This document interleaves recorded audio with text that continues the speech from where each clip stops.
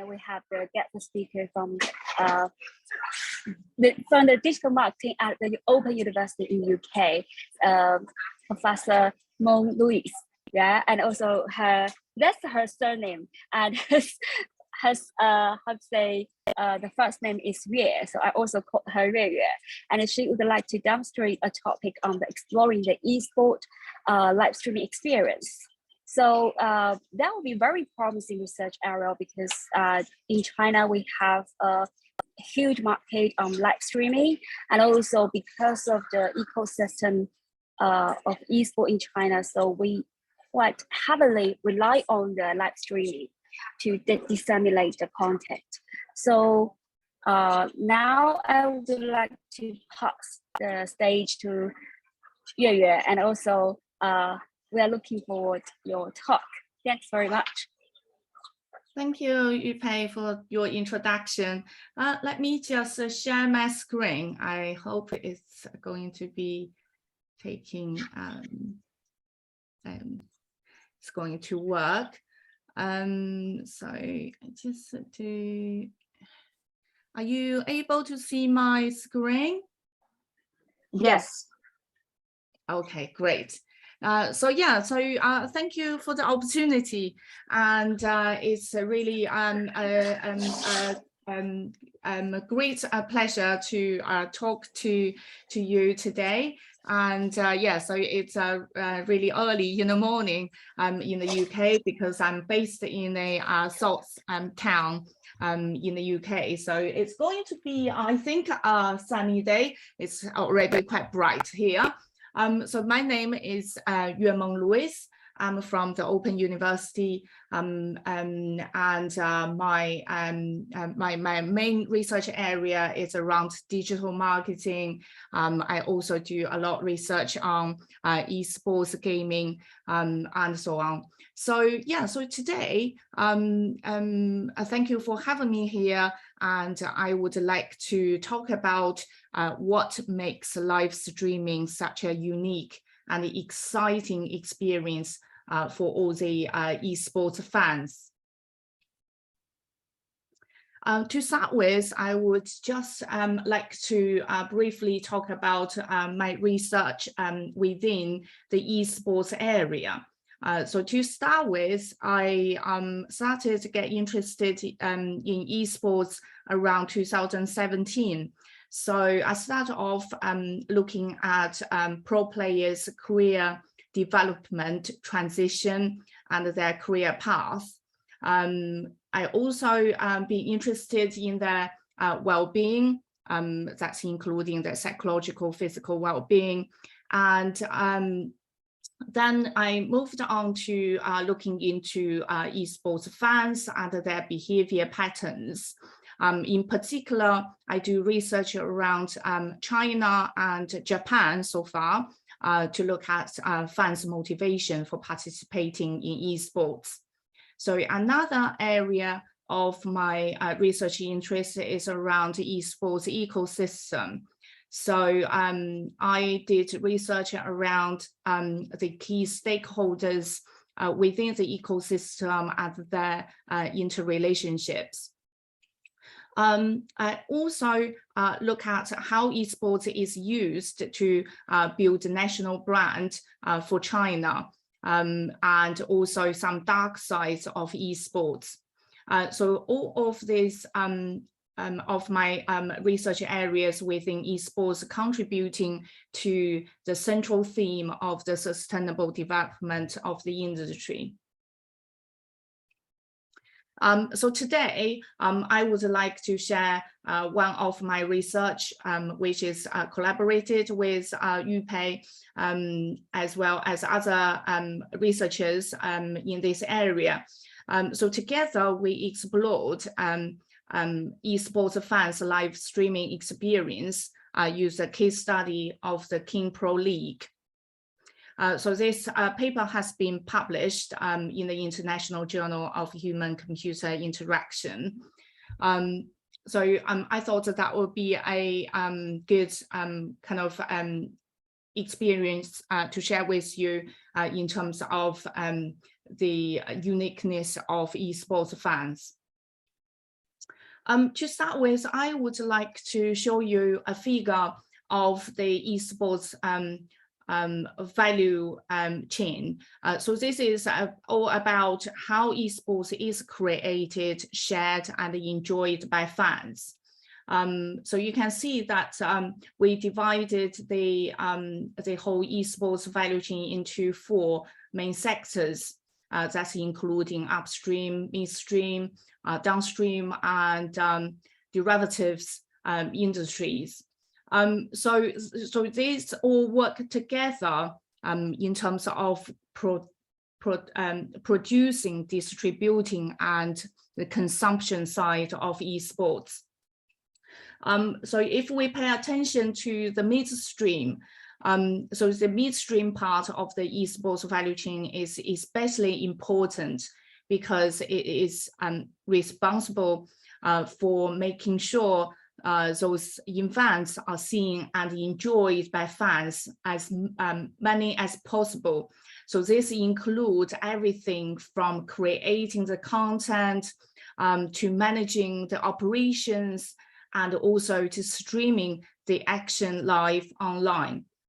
So you can see that I highlighted a live streaming platform in and highlighted its role in the whole esports value creation process.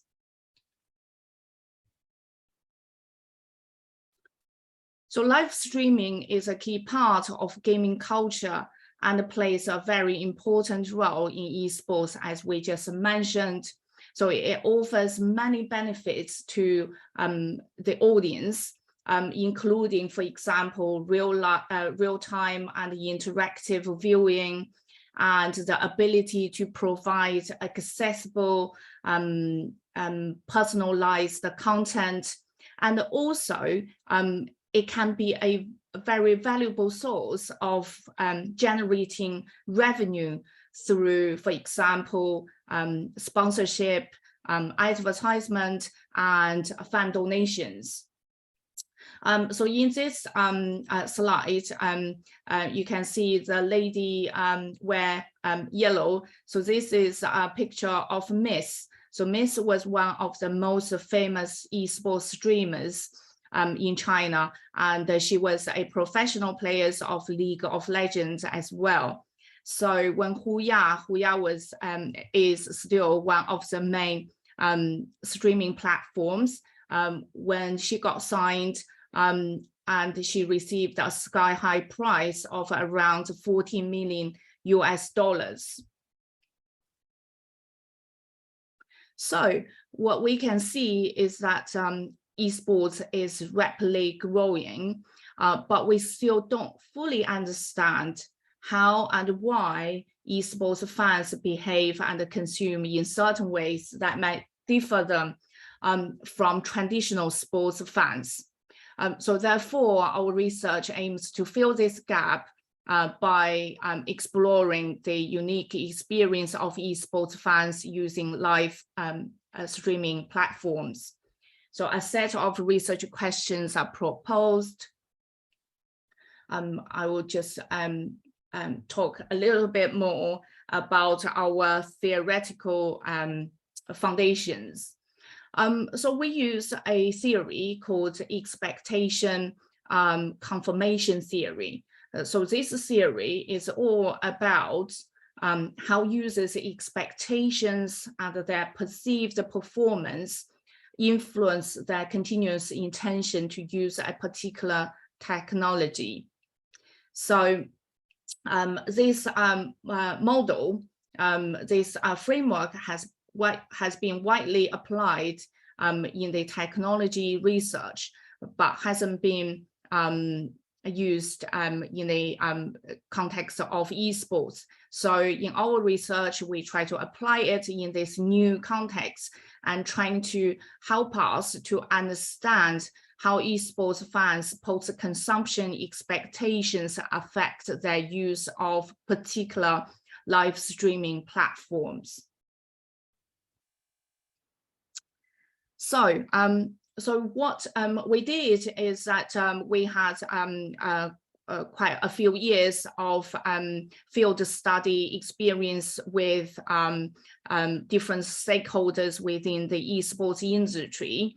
And so based on our observations, initial interviews with esports fans, as well as the media communication literature, we identified a number of factors that are unique to esports fans' live streaming experience. So here is our proposed conceptual framework. So what I'm going to talk about are those unique factors that we identified, and I think they are particularly relevant to esports fans' live streaming experience in terms of their technology usage patterns. So we focus on two types of expectancies. So the first is called effort expectancy. So this refers how difficult it is to use a new technology and how easy it is perceived to be. So it is a construct that we are more interested in the from a functional level perspective in terms of how easy that platform, that service is perceived to be. And another element which hasn't been received much attention in the media and the communication research is enjoyment expectancy. So enjoyment expectancy indicates both the pleasure seeking and the satisfaction of the fans' psychological needs. So what you can see is it is more measured from a hedonic perspective. So there are also two types of presence that we identified are particularly relevant to esports fans' live streaming experience. The first one is called spatial presence. So this describes a person's feeling of being there in the virtual environment.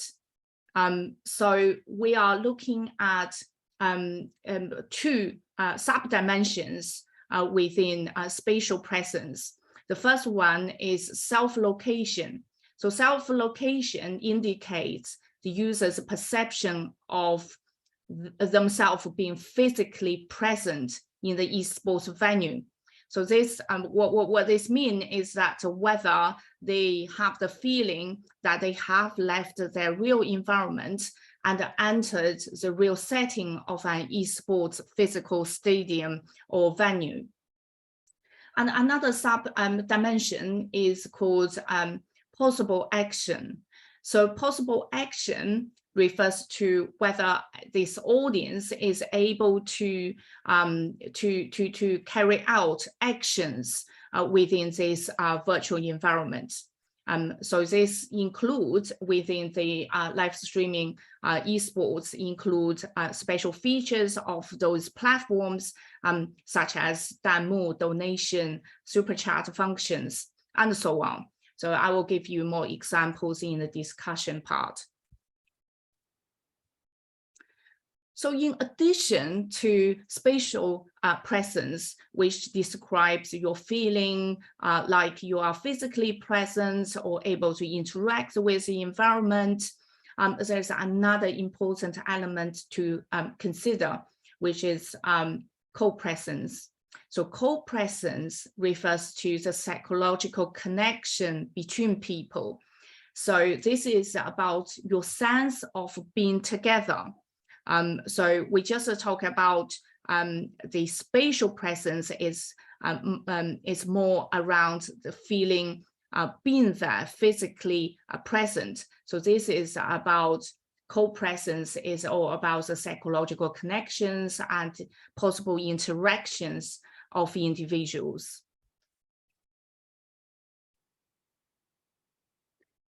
So, okay, so I would like to show you a map of China's esports industry in 2022. If you have, you're probably are very familiar with some of the logos and the brands. In particular, I would like to highlight the blue box. So within this box, it shows the main live streaming platforms for esports in China. To name a few, Huya, Douyu, Bilibili, and the Douyin, which is a TikTok version in China. So these are very popular, most popular platforms in the Chinese live streaming industry. Give you a brief view of the game and the league. So Honor of Kings, also called 王者荣耀 in Chinese, is mobile game developed by Timmy Studios and published by Tencent Games in 2015. So since then, it became the most popular mobile game in China, and attract daily active users of over 100 million. And it is also the world's second highest revenue mobile game. Do you have any ideas which one is the highest revenue mobile game? So I can't see your chat, but you probably know it's PUBG. So yeah, so it's doing really well. Have huge fan base and active users. And the King Pro League, which is a focus of our study, is a highest level professional tournament of the game, Honor of Kings. So there are 2 seasons every year. They got spring and autumn seasons, and each season then divided into 3 phases. They got regular season, playoffs, and the finals. If you can see, I included a picture on the right. So this shows the blue one. This shows the 2021 KPL final springtime. So that was for the first time in the KPL. They use naked eye 3D and AR technology integrated in the final competition. So this has created a very strong sense of technology-driven stage art. So it's quite interesting to also see that physically, in a physical venue, what sort of efforts has been put on into esports, although that was not the focus of our current study. So in terms of the data collection, we use self-administered web-based survey, so online survey. We use selective sampling. We distributed questionnaires through existing Honor of Kings fan groups in China via WeChat, which is a Chinese multi-purpose instant messaging app. So in total, we approached over 5,000 fans in various fan groups, and we received over 1,000 valid responses. To give you an idea of our descriptive stats of our sample, is that within our respondents, we have around 64 of them were male, and nearly 70 were between age of 18 to 23, and around 80% were students, and 84% has a college or bachelor's degree or above, and 50% has a monthly income of around 1,000 to 3,000 yuan. So that's around $150 to nearly $500 per month. So these results are consistent with the current profile of owner of King's gamers in China, especially in terms of gender and educational background distribution. So there are several reasons for them to watching KPL. So top 3 reasons, including they're interested in playing the game, they support a particular player or players, or they are supportive to a particular club. So yeah, there are other reasons, for example, they want to be together with friends, family, and so on. There are different ways for the fans to receive information about the league. So most of them get the updates from live streaming platforms. So this include various.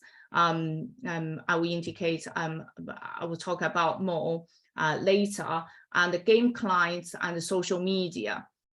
So these are the main channels for people to receive information about KPL. So most fans watched the 2021 season because that was when our research data was collected, was based on the 2021 season. So most of them watched KPL from the cooperative live streaming platforms. So this include Douyu, Huya, Penguin Esports, and Bilibili. And over half of them also look at that KPL official apps or their website.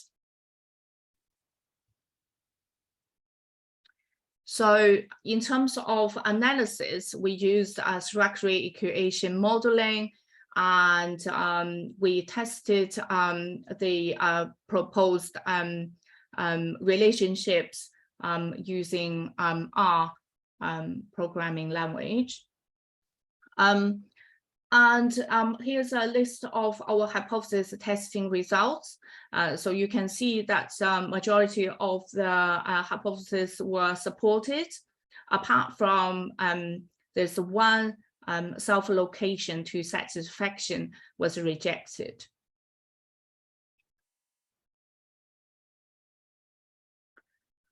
So to summarize the key findings of our research, basically we found that effort, enjoyment, expectancies, they have a positive impact on users' confirmation. So this confirmation, the role of confirmation is quite important if you still remember the original model of the expectation confirmation theory.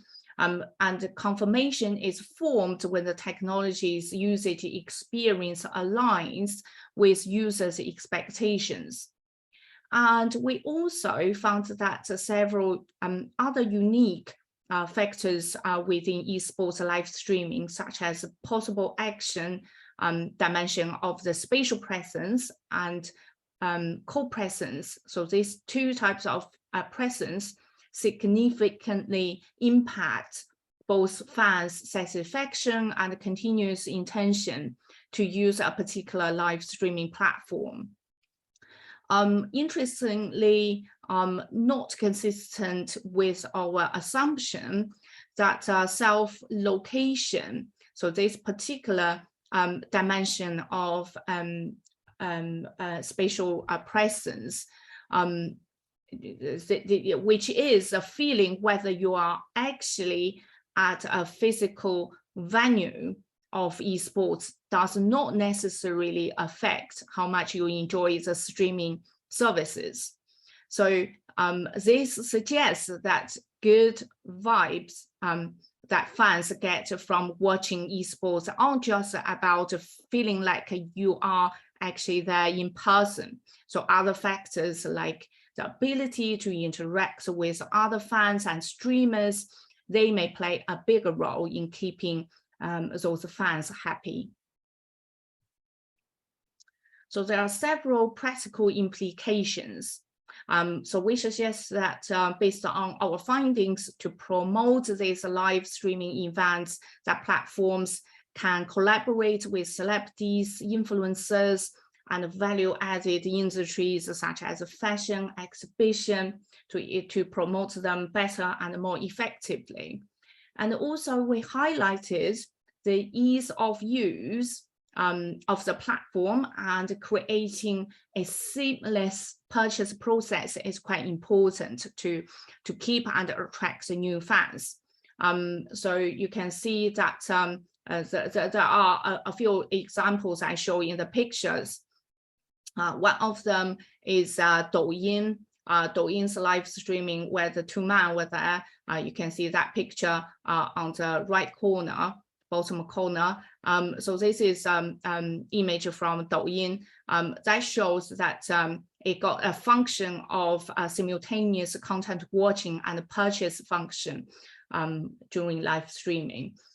And we also, our findings also indicate that we can emphasizing the physicality of the actual space, because although it doesn't contribute much to the satisfaction of the fans, their happiness, but it is still an important factor keep them using the platform. So therefore, to create this sense of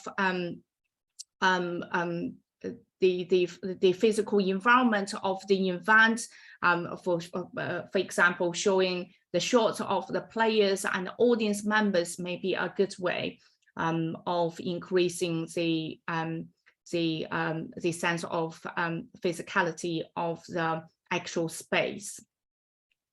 Another implication is that we suggest that platforms can enhance the user experience by encouraging users to interact more actively with the platform. So for example, on the right-hand side corner, the pinky graph, that picture, that shows the virtual currency created by Bilibili. So you could use a virtual currency, or the two girls image. So this is shows that various functions that you can interact with streamers and commentators in the esports context through different types of virtual gifts and user-generated content and so on. And at last, we also suggest that the strategies which reflecting or improving the sense of co-presence could be useful as well. So that means that you could the platforms can create the interesting features to enable viewers to interact with themselves better. So for example, this face-to-face Facebook example is showing that the pool that the streamer created in the middle of the streaming to add a little bit more interaction in their streaming service. So other options you can use is often used. You can see our quizzes and this one. So Danmu as well. So these are the two screenshots we took while the 2021 KPL was on. So these are these examples of the audiences, they interact with themselves, and they establish these connections through various functions provided by the service. So another area that we observed, we discovered, but we didn't explore in our paper is around the digital humans, the application of digital humans in esports streaming, because you can see the trend is that they are used more and more often and widely. So here are some examples. They are features, they are used in Crossfire, Game for Peace, and so on. So yeah, this may be an interesting area because these digital humans avatar, they offers quite unique opportunities for customization and interactivity, and allow esports audience to engage with the to engage with us with streaming in a new and exciting ways. So in conclusion, our research highlights the unique viewing practice and experience that arise associated with esports live streaming. So we have identified several factors that influence esports fans' decision to continue using a particular live streaming platform. So there are several limitations of our current study. So first of all, it is largely based around a particular Eastern cultural context. And it was interested in KPL fans only. So other genres of esports could be further explored, and other cultural contexts could be explored as well. What I was doing recently was looking at Japan. Japanese esports markets, we found that it's a different type of motivation that people are involved in esports watching and participation to those effects that I just demonstrated in China. So for example, in Japan, people care more about skills. So anyway, that's skill improvement. So that's some kind of interesting things to monitor, to observe from a different cultural perspective. And also we suggested that future research could use more esports context specific measurements, because the measurements we use are still adapting from various existing literature, but these measurements are developed in other contexts. So we just apply in the esports context. So some other esports context specific measurement could be used in future studies. So here's a list of my my esports research, and to finish off my presentation, I would like to give you a little promotion of my special issue. So I have a special issue on esports just launched. It's internet research, so which is very reputable journal, and we wanted to have the to develop a more advanced understanding of the esports industry, and also be able to explore its economic, social, technological, and political implications. So we welcome multidisciplinary research that focuses on exploring the opportunities and the challenge of esports research and practice. And we also welcome multiple stakeholders' perspective. So that could be from fans, from the players, from the athletes, from the management, clubs, media. So all sorts of perspectives. And the paper submission deadline is the last day of this year. So if you would like to know, to find out more information, you could follow the link or email me. Okay, so that's the end of my presentation, and I welcome any questions you may have. Thank you very much, Professor Meng-Lewis, for sharing with us your research, and thank you for talking about this very amazing topic of the fans' live experience and the streaming experience.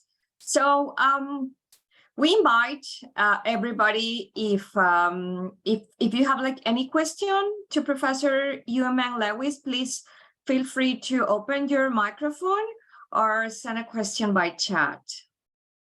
Yes, Mark, please go ahead. Hi, thank you, Adriana. Thank you for the talk. Excuse me, sorry, hang on. I just need to cough a second, hang on. That's better, that's better. Thank you for the talk, Yue. Really cool stuff. I'm sorry I came in late. It's just because it's a weekend and I wasn't checking my list of stuff to do all that well today. Yeah, thanks for the talk. I was struck by what you said, and maybe you talked more about this in the part I missed, so I'm sorry if I missed that. I was struck by what you were saying about the kind of placeness of being physically present in esports events and at esports arenas and so on, and the extent to which kind of live streaming can or can't echo that, as quite a bit of my research at the moment has been on in the Twitch context, like how Twitch channels become places in some sense, with particular kind of sets of in-jokes or memes or emojis and so on, and how like a lot of the language that viewers use is kind of spatial and place language about like I will go and hang out in their stream, or I'll go and visit their stream, this type of stuff. So this is quite a kind of broad question, but in the context of Chinese live streaming platforms, which of course have some overlap with Twitch in some ways, but also don't in other ways too. I'd love to hear sort of anything more that you have about this kind of, to what extent do the channels where these events are being broadcast feel like a place to viewers? Are there things that live streaming platforms could do to kind of enhance that placiness? And is this something which, being in person in esports, is still something which is very distinct from being in person in a live stream, or are kind of live streaming sites increasingly trying to make the remote experience feel more place-like and more present? And like I say, I only saw half your talk. I'm super sorry if that's a daft question or you talked about it and so on. But yeah, I'd love to hear your thoughts on this kind of placiness of live stream channels. Thank you, Mark, for your comments and question. And yeah, I think it's quite kind of you know, because what my view, another view of mine is that if you look at the uniqueness of esports fans, so in comparison to traditional sports fans, because I also my background is in sports marketing, so I did do research around more general traditional sports fans. They're born have this grounded kind of nature of the generation, or this particular group of people that they are so attached and so natural with using this online technology, this type of online streaming and everything. So this is particularly important to esports fans. So how to create this experience? I think, well, in China it's quite competitive because there are several quite large streaming platforms. So whether they are able to get the broadcast rights for the large events. That's one thing. Another thing is like you mentioned, is about the personality of the streamers themselves as well, the commentators, the streamers. So you can see some like quite experienced or famous or previous, they themselves are the professional players. They tend to draw more viewings as well. So in terms of creating this kind of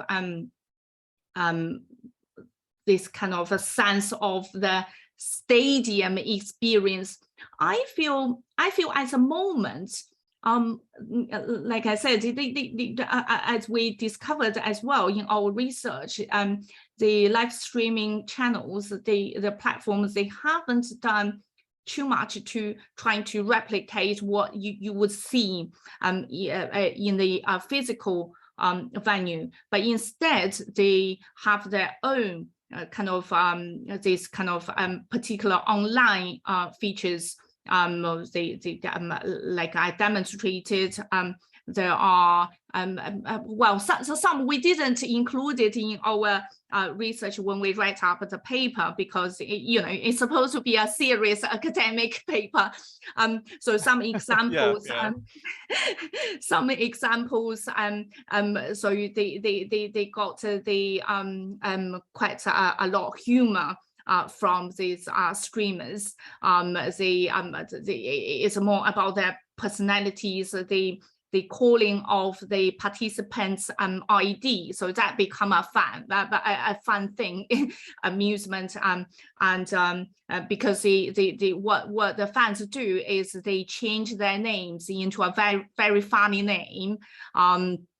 And sometimes could be offensive as well, but a funny way, in a funny way. Not saying offending everybody, but in a funny way. And they intentionally do this. The fans when they sign in, and then they donate to the streamers, and the streamer will call their name, call their IDs. So this is a sort of an interaction between the streamers and the fans, which is quite funny, quite often, and some are like cause embarrassment to the streamers. So people found that's quite amusing, and yeah, it's quite a kind of lots of other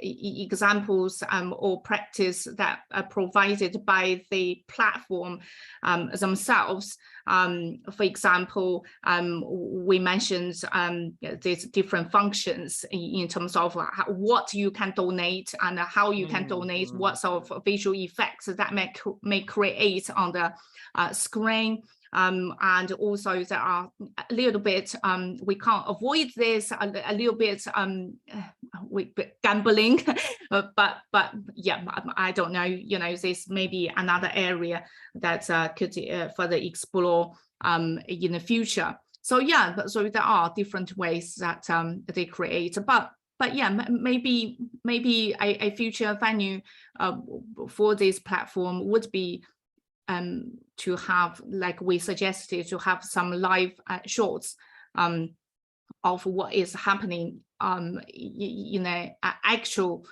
venue, the physical venue, because I do feel it's a shame that the physical venue looks so amazing. Nowadays they use lots of high technology, and the live audience may not able to experience that.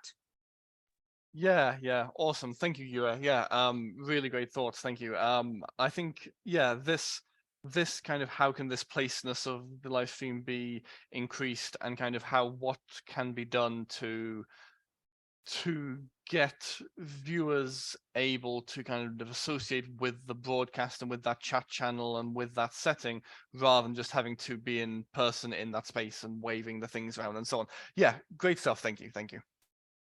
Thanks.